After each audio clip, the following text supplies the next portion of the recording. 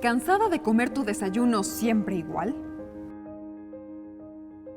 ¿Quieres ser creativo al hacer tus huevos con machaca, pero no sabes cómo? ¿Amas la comida frita pero odias que esté caliente y que tarde mucho en enfriarse porque llevas prisa? ¿Tu mamá es una experta friendo con el aceite hirviendo, pero tú siempre tienes miedo de quemarte? No te despegues de la televisión, aquí te decimos cómo freír en frío. ¿Freír en frío? ¿Escuché bien? Sí, freír en frío. En los siguientes 20 minutos aprenderás a freír en frío. Conocerás qué son los gradientes de temperatura y cómo se relaciona con matemáticas, física y química.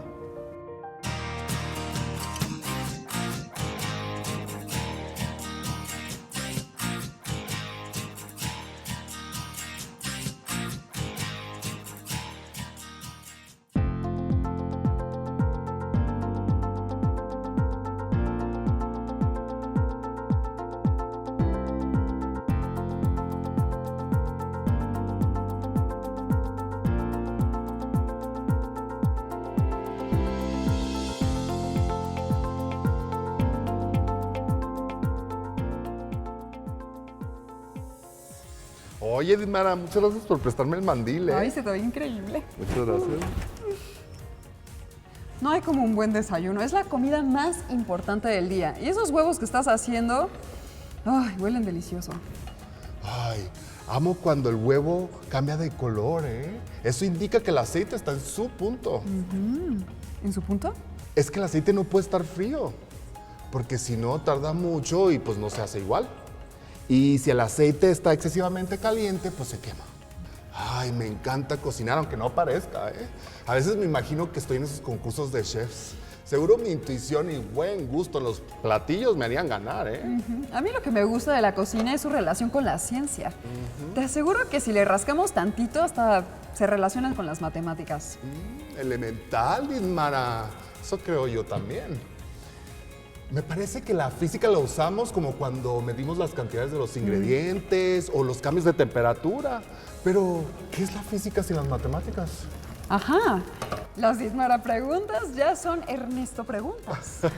Pero bueno, hablando de ciencia en la cocina, ¿tú sabías que se puede cocinar un huevo sin calor? ¿Cocinar sin fuego? Según mis conocimientos de chef amateur y mi doctorado en 8 temporadas del maestro chef, pues se me ocurre que tal vez con humo, ¿no? Como con el cabrito.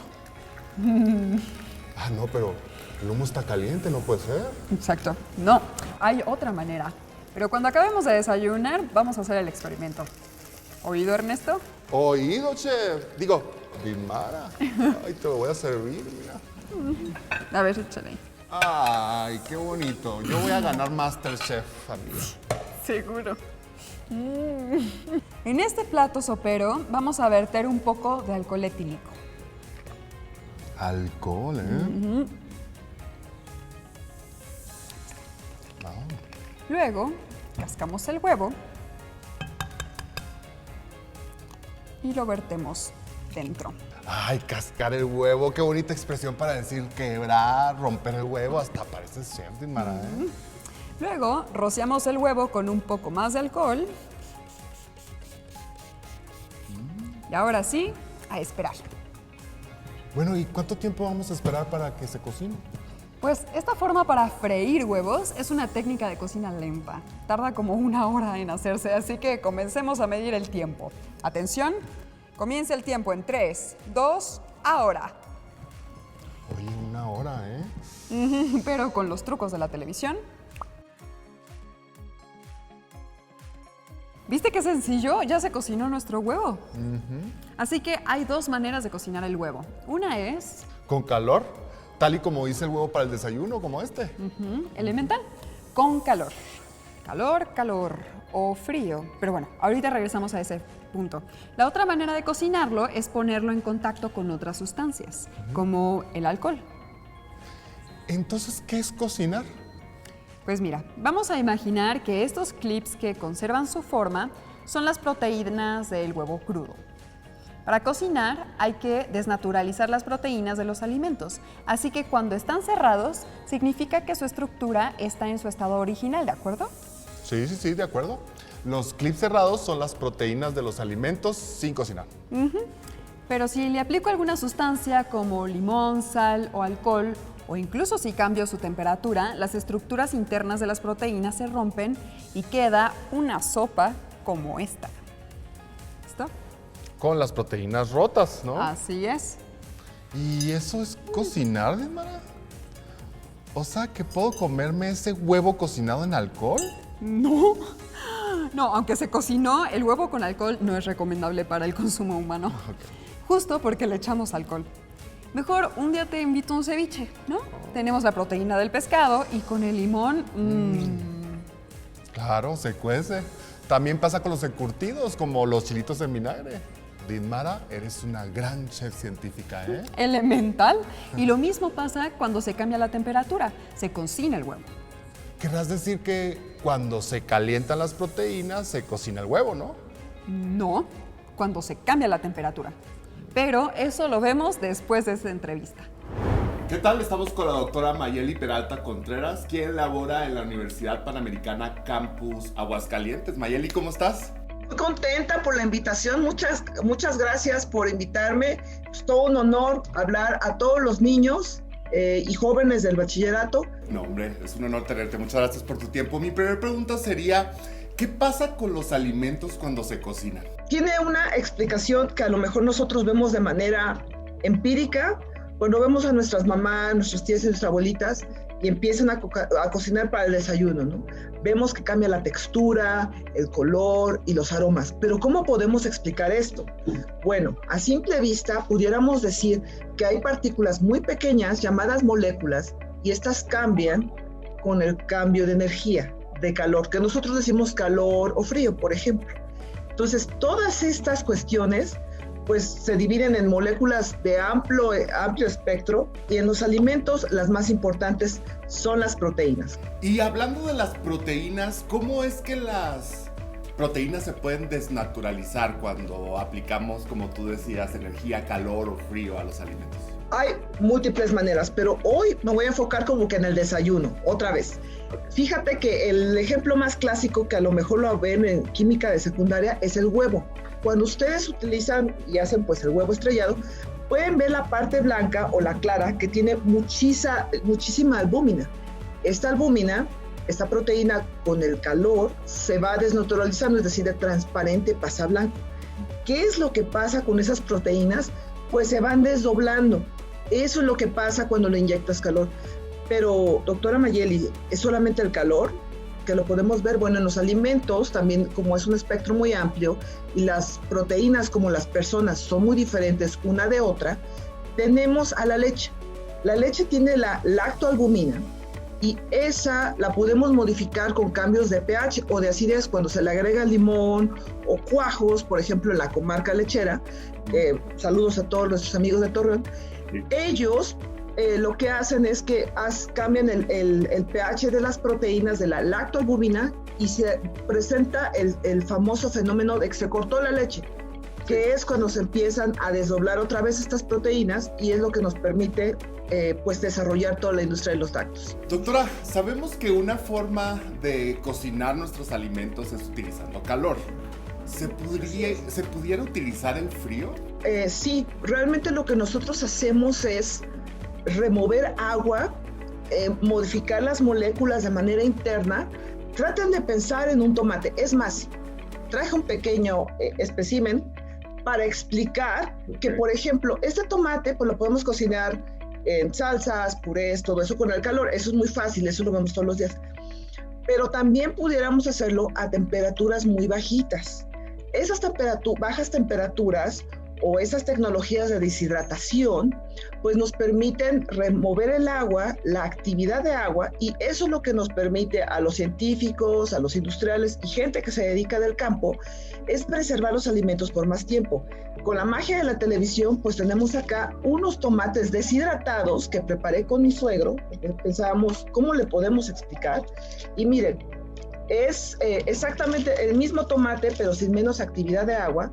Y lo que pueden observar pues es la estructura, cómo cambió de forma, de color y, por ejemplo, para nosotros es importante porque ya de esta manera el tomate se puede preservar de mayor tiempo y nos permite pues transportarlo, abastecer cuando pues no es de temporada.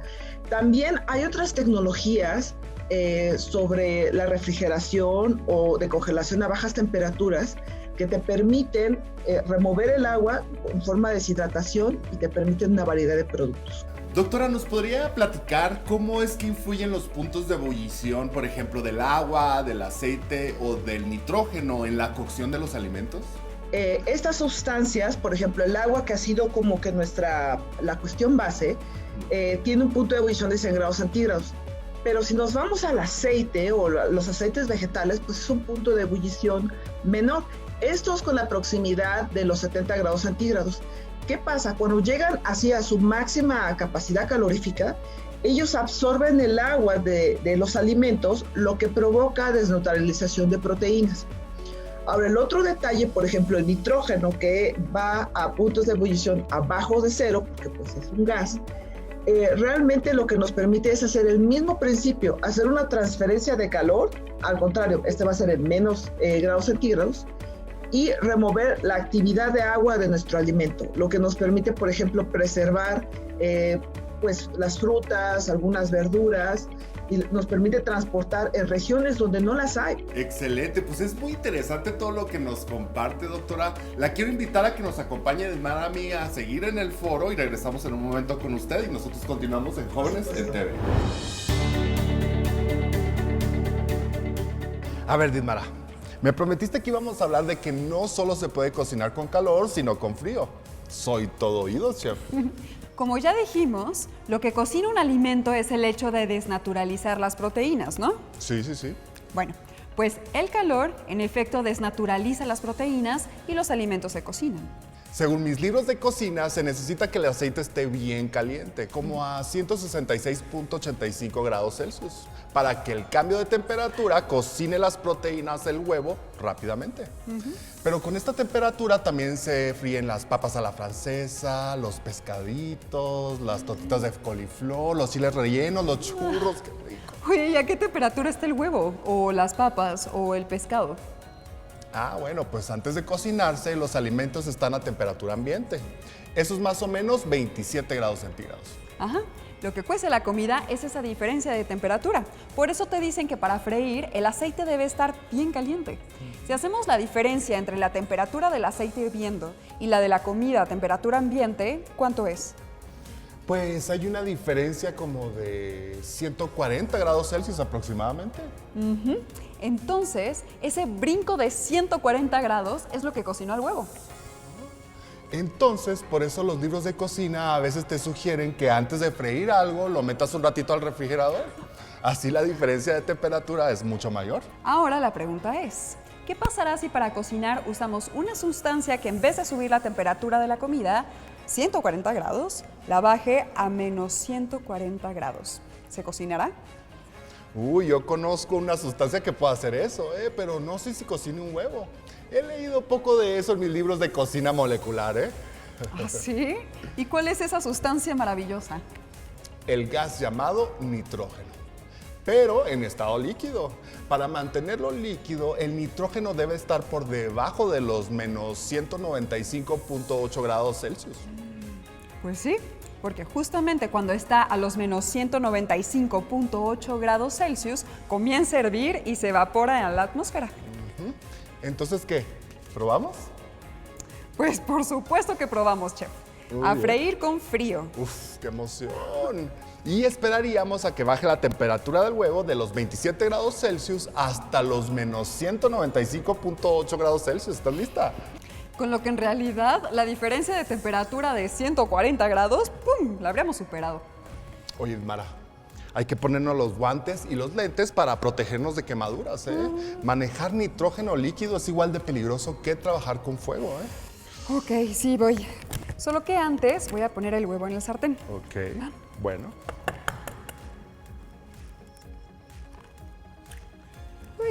Uy, Listo. muy bien. Ay, amiga, Didmara, Sí. ¿me ayudas a ponerme los lentes? Claro. Y voy a tomar el nitrógeno. Listo, chef. ¿Listo? Venga. Ok, bien. El huevo ya está listo en el sartén. Ahí vamos, ¿Listo?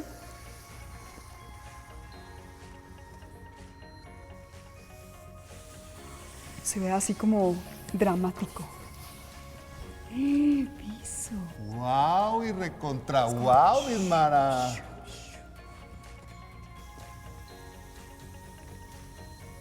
Uy, no, yo creo que ya está quedando, Ismara. Mira Sí, cómo está ¿verdad? cambiando el color ahí. ¿Cómo ves? Mira, mira. Yo Mira creo la que yema. sí. Justo. Mira cómo se está haciendo. Pues es el momento de probar el plato y calificar, chef. ¿Probarlo? Pero ni le echamos sal. ¿Y es seguro? No sé, Ernesto, yo la verdad sospecho. Bueno, vamos a la entrevista en lo que decidimos si lo probamos o no, Ismara, ¿no? Continuamos con la doctora Mayeli Peralta Contreras de la Universidad Panamericana Campus Aguascalientes. Mayeli, gusto tenerte de vuelta. Un gusto continuar con la invitación. Gracias. En términos de física, hablando de conceptos de física, ¿cómo se dice frío o calor y por qué? Realmente acá lo que nosotros es un término de energía. El término científico correcto es calor. Realmente lo que nosotros asociamos con calor o frío, pues es un gradiente de temperaturas. Decimos, bueno, así es, las moléculas dicen, bueno, nosotros estamos a 32 grados centígrados, a 27 grados centígrados o a 100 grados centígrados, ¿no? Entonces, esta situación, cuando nosotros hablamos de ese fenómeno de transferencia calorífica, pues es el calor. Y para ello usamos ciertas unidades que son las capacidades caloríficas, que nos dicen, por ejemplo, lo han de haber visto en otras clases, la capacidad calorífica de un metal, de la madera, del agua, pero aquí, como estamos hablando específicamente de compuestos un poquito más complejos, la capacidad calorífica de un alimento. Entonces, cuando nosotros decimos que estamos aplicando frío o calor, por ejemplo, ya sea en una deshidratación, en una congelación o en un enlatado, pues nosotros estamos hablando del calor porque es una transferencia de energía, jóvenes.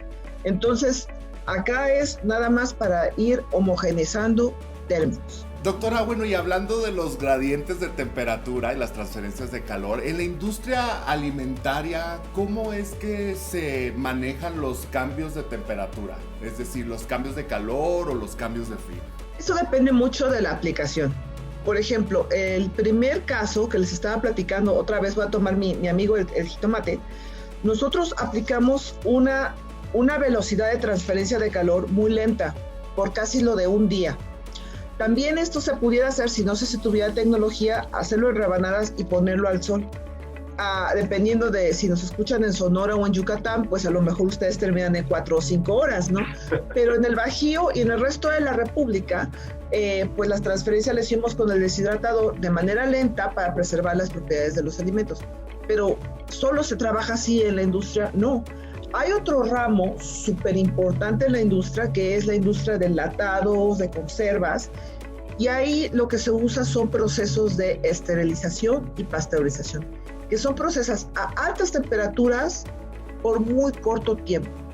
Por ejemplo, uno de los más comunes es el enlatado. Aquí hice un enlatado pues muy tipográfico y son unos pepinos que en unos 6 meses se van a compartir con pepinillos. Tienen su eneldo, tienen su ajo, su sal, el pepino. Los pusimos, esterilizamos todo. Ya cuando teníamos nuestra salmuera, los pusimos en el agua, los esterilizamos por 10 minutos a 150 grados centígrados en una olla a presión, que fue como nuestra manera de esterilización casero. Y esto nos permitió transformar una receta fresca en algo que podemos conservar hasta por 3 meses, de manera segura. Otro aspecto en la industria que se utiliza mucho, que es esta transferencia de calor, es la refrigeración. Oye, pero ¿no eso es frío? No, eso es otra transferencia de calor. Por ejemplo, muchos de los productos lácteos y cárnicos se pueden preservar por algunos días, si no se consumen en fresco en ese día, hasta 4 o 5 días. Y con la tecnología de alimentos combinado con otros saberes y otros conocimientos, podemos utilizar estos conocimientos de transferencia de energía para conservar lácteos, carne, vegetales, como ya lo pudieron ver, otros tipos de deshidratados, por ejemplo, como especias, que son pues muy extrañas. Acá me permito mostrarles unas hojitas de eneldo que compramos hace un par de semanas. Las deshidratamos Y lo que pueden ver es que conserva su color, su forma, perdió casi toda su actividad de agua, o la mayor parte, pero nos permite conservarla por el resto del año. Doctora, ¿qué tipo de matemáticas se utilizan para hacer modelos para trabajar en este tipo de transferencias de calor en la industria alimentaria? Miren, ahorita nos ayudamos, Ernesto, mucho con las computadoras, francamente, pero en su momento, cuando estuve haciendo el posgrado, usábamos mucho lo que eran las escalas logarítmicas. La otra parte, que es súper importante, que nosotros vimos fue muchas de las escalas de ecuaciones lineales, por ejemplo, la y igual a mx más b, que dices, esto es muy abstracto, nunca lo voy a ver en mi vida. No, realmente lo van a ver, y sobre todo ustedes van a ayudar a salvar muchos tomates, porque tienen comportamientos lineales para lo que son los fenómenos de deshidratación. Entonces, si ustedes conocen escalas logarítmicas y lo que son esas ecuaciones lineales, que es pues diferencia de, por ejemplo, del punto inicial respecto al punto final, que es el famoso gradiente de temperaturas, ustedes pueden construir esos modelos con ayuda de la computadora, tablas y también experimentos en el laboratorio para caracterizar, ¿por qué no? A lo mejor ayudarme a deshidratar algún fruto o verdura muy representativo de su región. Qué gusto platicar contigo. Muchas gracias por toda la información que nos compartes. Estas demostraciones de la deshidratación fueron muy ilustrativas y te invitamos a continuar con el final del programa. Muchas gracias y continuamos. Regresamos al futuro. ¿Existe el frío? En ciencia, cuando medimos la temperatura de un cuerpo, estamos midiendo el calor que tiene. Así que a la ausencia de calor es a lo que llamamos frío. En otras palabras, cuando estás calientito en un lugar y abren la puerta, no se cuela el frío, sino que es el calor el que se sale.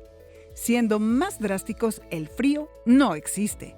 Ahora bien, lo que sí existe son los cambios de temperatura, que pueden ser graduales, o sea, lentos, despacito, o pueden ser muy abruptos. Podemos cambiar poquito la temperatura de un cuerpo o podemos hacer que la diferencia de temperaturas sea muy grande. Cuando freímos un huevo se pasa muy rápido del frío al calor. Perdón, somos científicos. Lo que quise decir es que cuando freímos un huevo se pasa muy rápido de poco calor a mucho calor. En cambio, cuando se pasteuriza la leche, se pasa muy rápido de mucho calor a poco calor, o sea, se enfría de manera abrupta. El cambio de temperatura es un fenómeno físico que no modifica la estructura interna de la materia, tal y como lo hace el agua al cambiar a hielo, a agua o a vapor.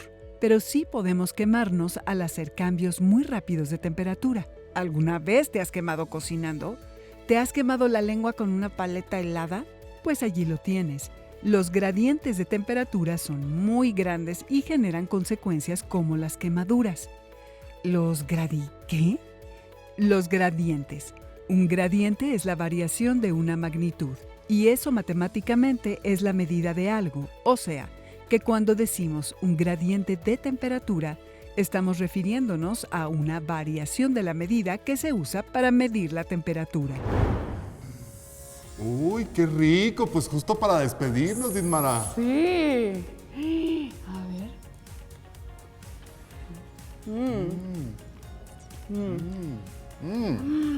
Uy, chef. Oye, ¿probamos el huevo? Pues lo probamos total, pero... Ay, bueno, Peores platos hemos comido, ¿eh, Didmara? A ver. a ver. Ay. Me sabe como a... ¿A qué te supo? A mí me sabe como a... pues caguado, así. Ay, no. Yo para desayunar me seguiría haciendo los huevos fritos a la antigüita, ¿eh? De acuerdo, totalmente. ¿A A qué mí te me supo como a...